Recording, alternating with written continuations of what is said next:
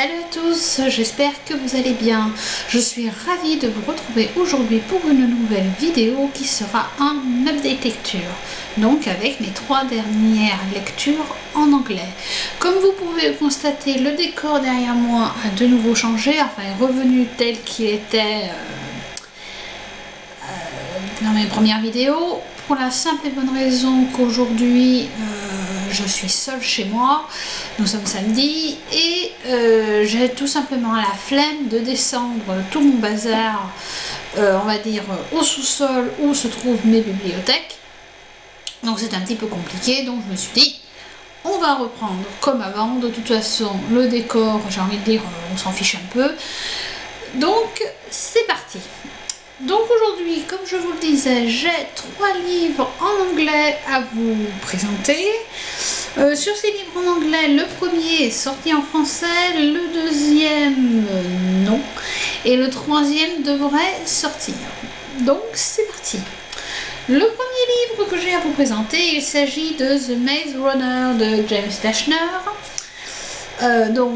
Vous aurez reconnu la couverture, même pour ceux qui ne lisent pas en VO, il s'agit du labyrinthe.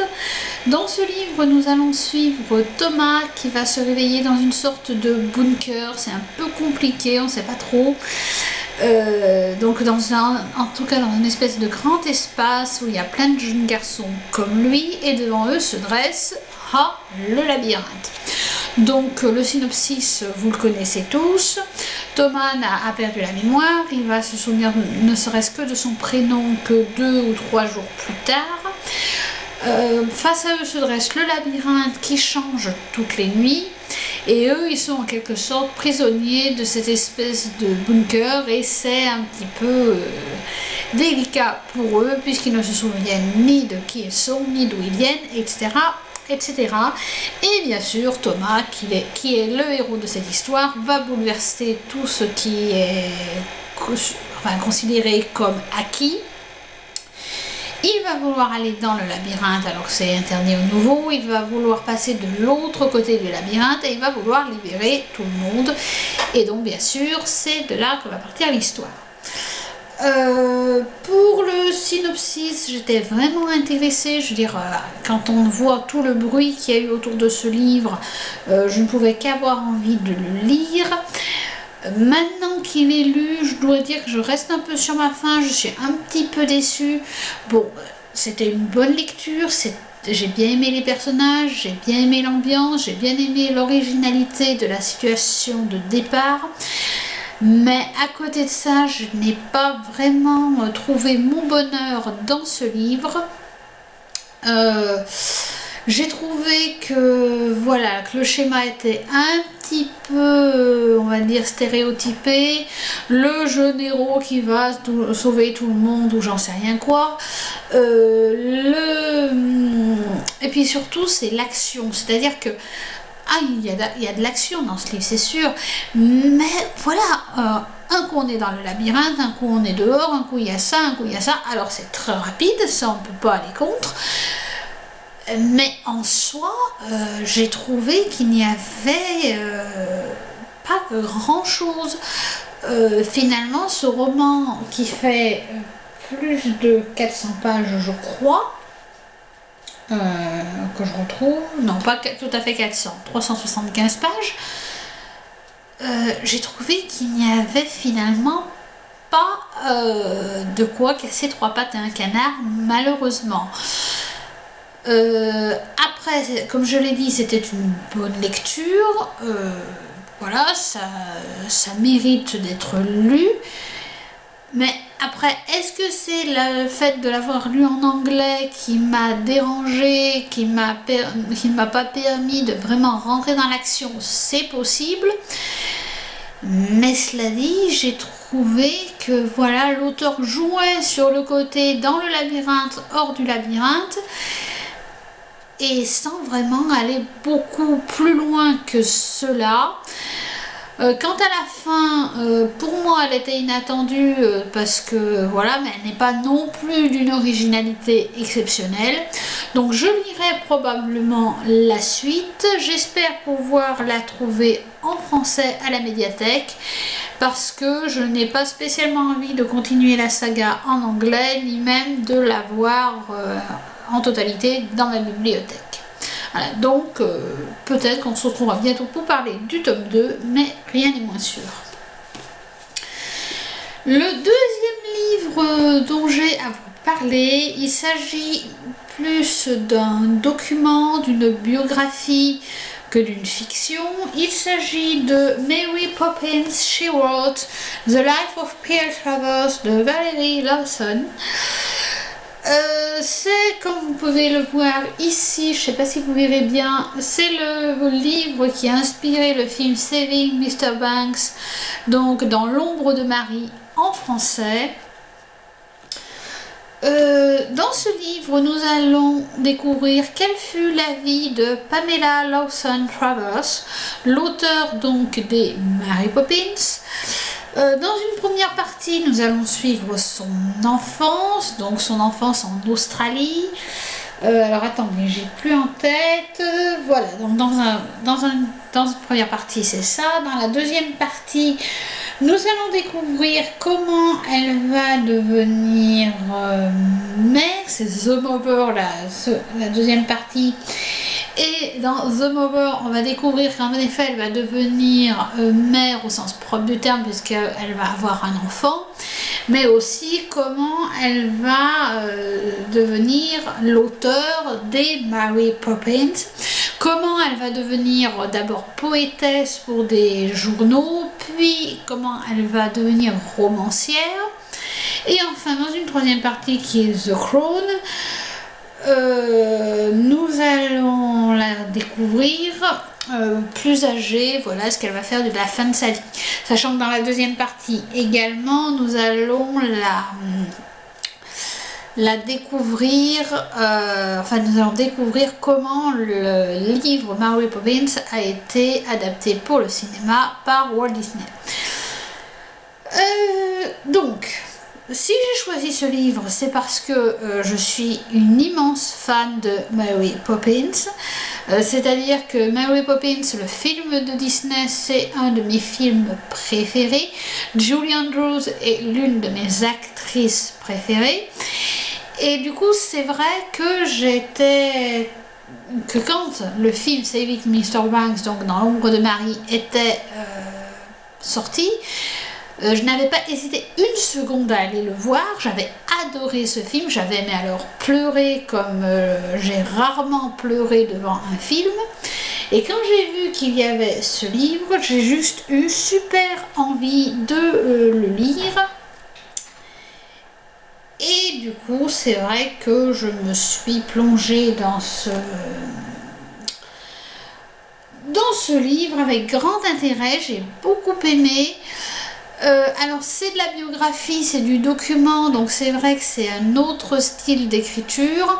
L'anglais, on le suit bien, ça se lit assez facilement, mine de rien, mais c'est quand même pas, on n'est pas porté par ce livre comme on peut être porté par une fiction, par exemple.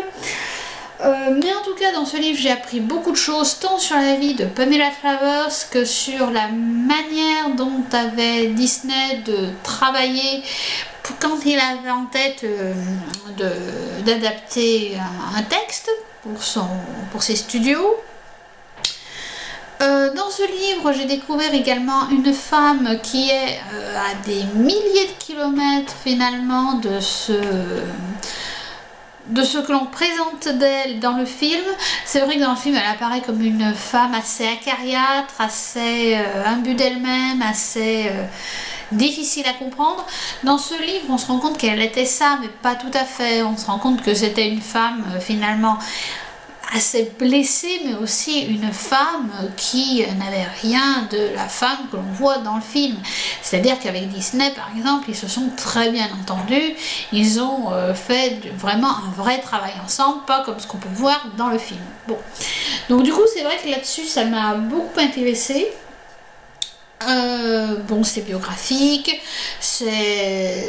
on en apprend aussi beaucoup sur la mode américaine, la manière dont les choses sont vues aux États-Unis, les différences entre les États-Unis et l'Angleterre, aussi la manière dont Pamela Travers va voir les différences, va plonger d'un monde à l'autre quand elle va passer de l'Australie à l'Angleterre aux États-Unis.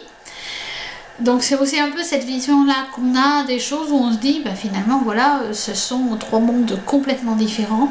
Voilà, donc c'est tout un tas de petites choses comme ça que l'on découvre dans ce livre. J'ai beaucoup aimé ma lecture.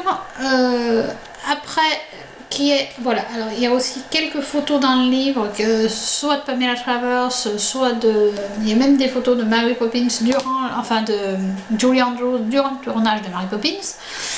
Donc voilà, une très très bonne lecture qui apprend beaucoup de choses, mais voilà, une lecture assez conséquente quand même parce que faisant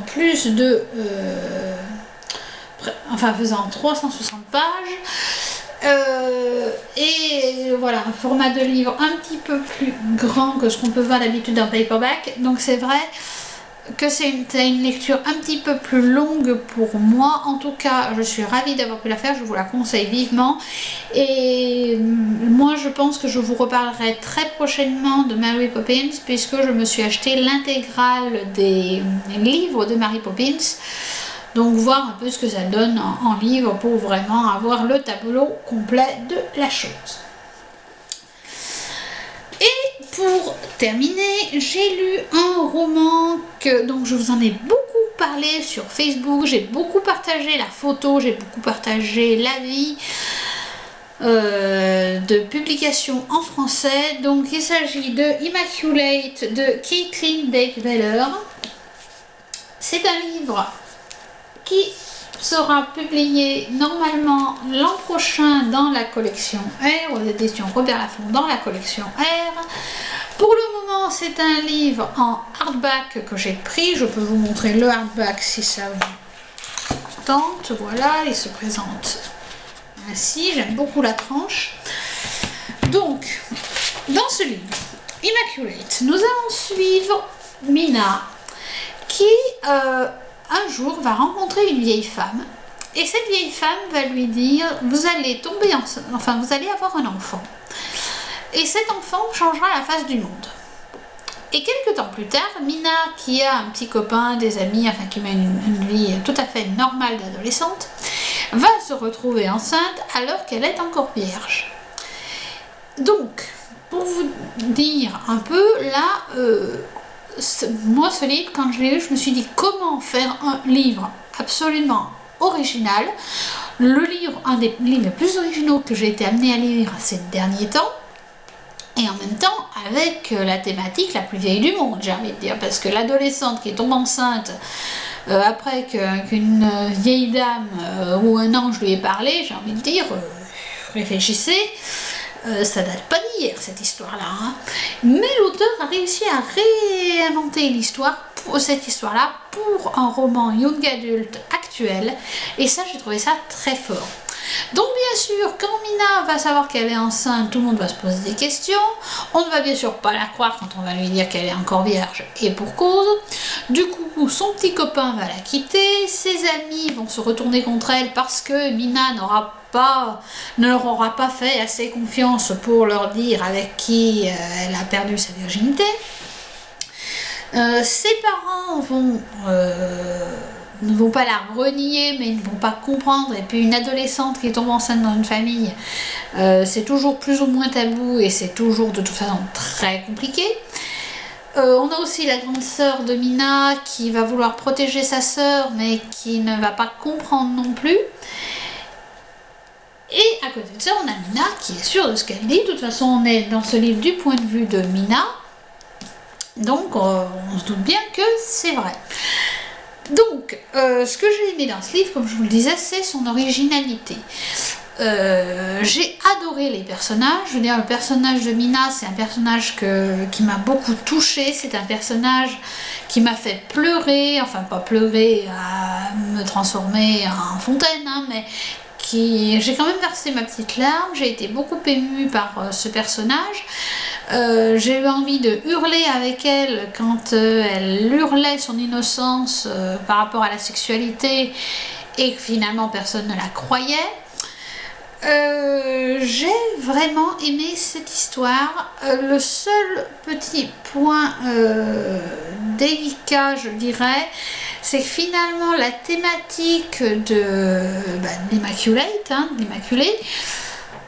elle est exploitée, elle est même très bien exploitée, c'est-à-dire qu'il va y avoir après des espèces de fan club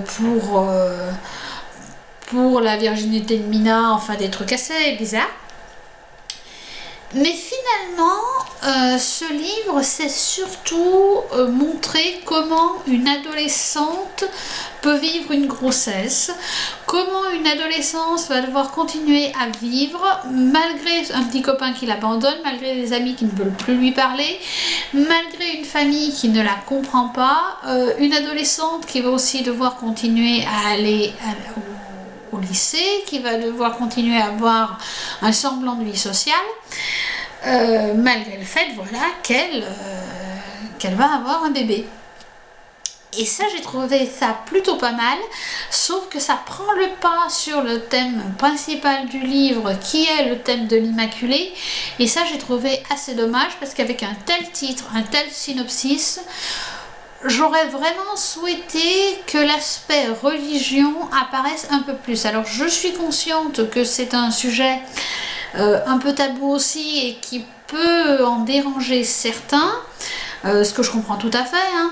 Mais quand on choisit d'écrire un livre tel que celui-ci, la religion, on ne peut pas passer à côté, et j'ai trouvé que l'auteur finalement n'en parlait peut-être pas assez. Même si elle en parle, j'ai trouvé que c'était peut-être pas exploité de la manière dont je l'attendais, de la manière dont je l'aurais souhaité, puisque après on part vraiment sur cet aspect adolescente enceinte et qu'on perd un peu de vue le côté Immaculée Conception. Enfin voilà, vous voyez ce que je veux dire. On le perd un peu. Et voilà, je me répète, mais c'est vraiment dommage parce que ça aurait eu un vrai potentiel que l'auteur n'a peut-être pas suffisamment exploité. Il n'en reste pas moins que j'ai passé un sublime moment avec ce livre. C'était une excellente lecture. Voilà, seul ce point dont je vous ai parlé m'empêche de lui donner un coup de cœur, mais voilà. Pour moi, c'est une très très bonne lecture. J'ai hâte qu'il sorte en français pour que vous puissiez le lire. Je crois que c'est le premier roman de l'auteur, donc si elle en sort d'autres, il ne fera aucun doute que je me reprolongerai dans son univers. Et voilà, un livre que vraiment, je ne peux que vous conseiller, parce que justement, si vous n'êtes pas fan de thématiques religieuses, je pense que ça pourrait vous plaire encore plus qu'à moi, puisque le sujet est traité, mais pas totalement non plus. Il n'y a pas que de ça, et donc pour quelqu'un qui n'aime pas trop les thématiques religieuses, ça peut être encore mieux comme lecture finalement que ce roman. Voilà, donc je crois que je me suis encore bien étendue dans mes présentations. Je me dis toujours, je vais faire des présentations courtes, concises, comme ça les gens ils regarderont la vidéo jusqu'au bout, ne se lasseront pas et il n'y aura pas de problème.